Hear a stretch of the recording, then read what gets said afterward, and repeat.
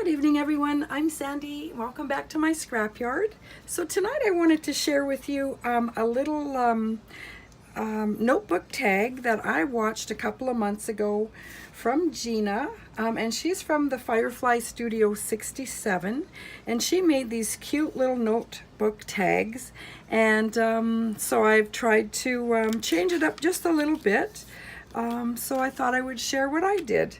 So for this one, just a little bit of, what I did first off is I doubled my tag just to give it some stability. And I used the Alterations die by Tim Holtz and Sizzix.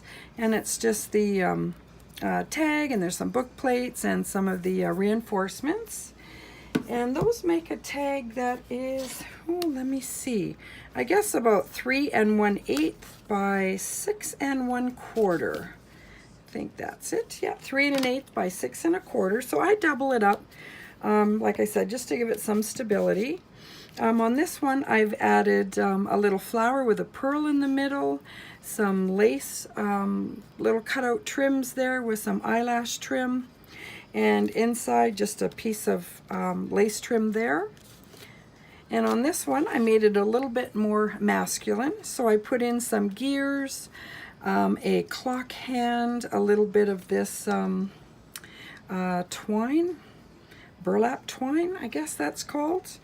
I put some burlap ribbon on the bottom, and I got that from the dollar store, just in a nice roll, sticky back. It's awesome.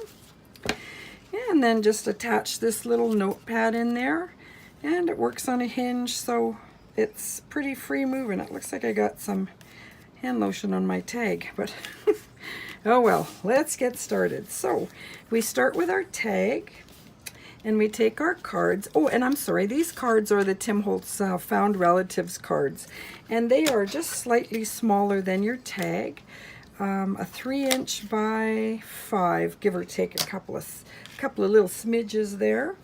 So what I thought I would do is I would take some of my trim, and I just want to make sure it's the right way up, because there's a bad side and a good side. And I'm just going to take and kind of trim that on the, glue that on the bottom, probably right around this line. And I'm using the Fabri-Tac. That is my glue of choice. And just kind of pat that on there.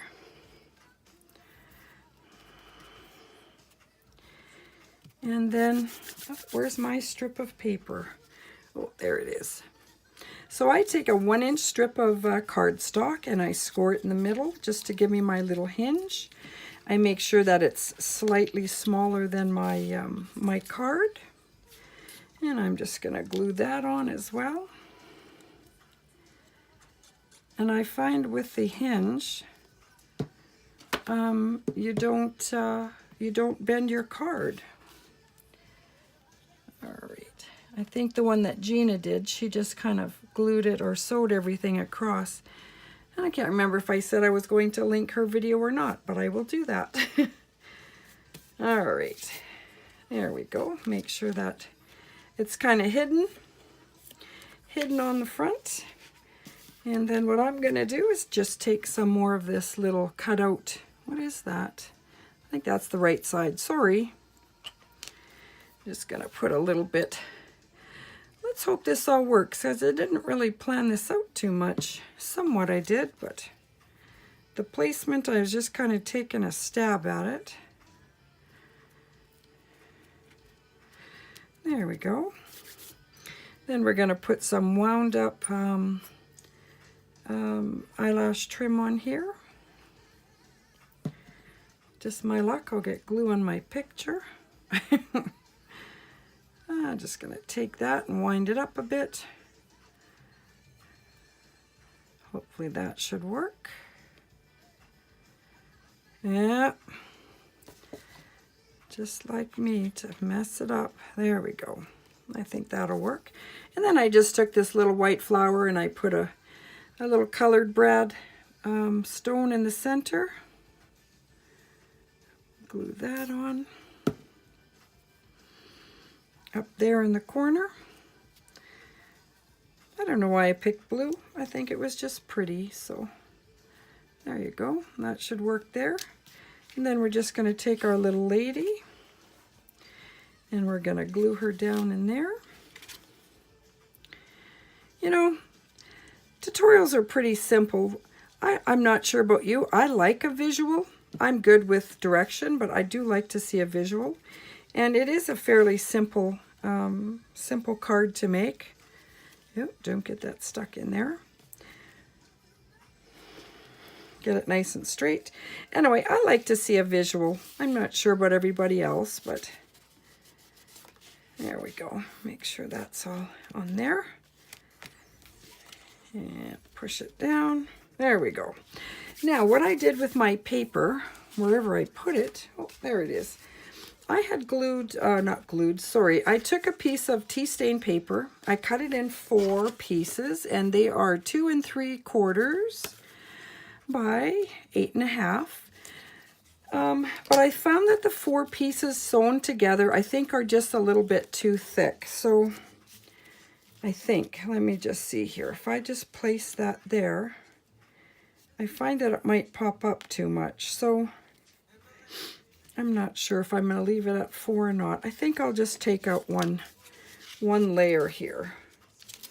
And I'll take out the back layer. I was going to do this before, but I thought I'd show you if you wanted to see.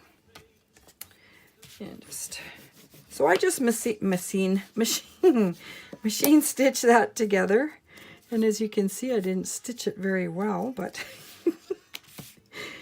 all right. So let's put some glue. I'm going to just glue the whole back page all the way down onto the card or the tag.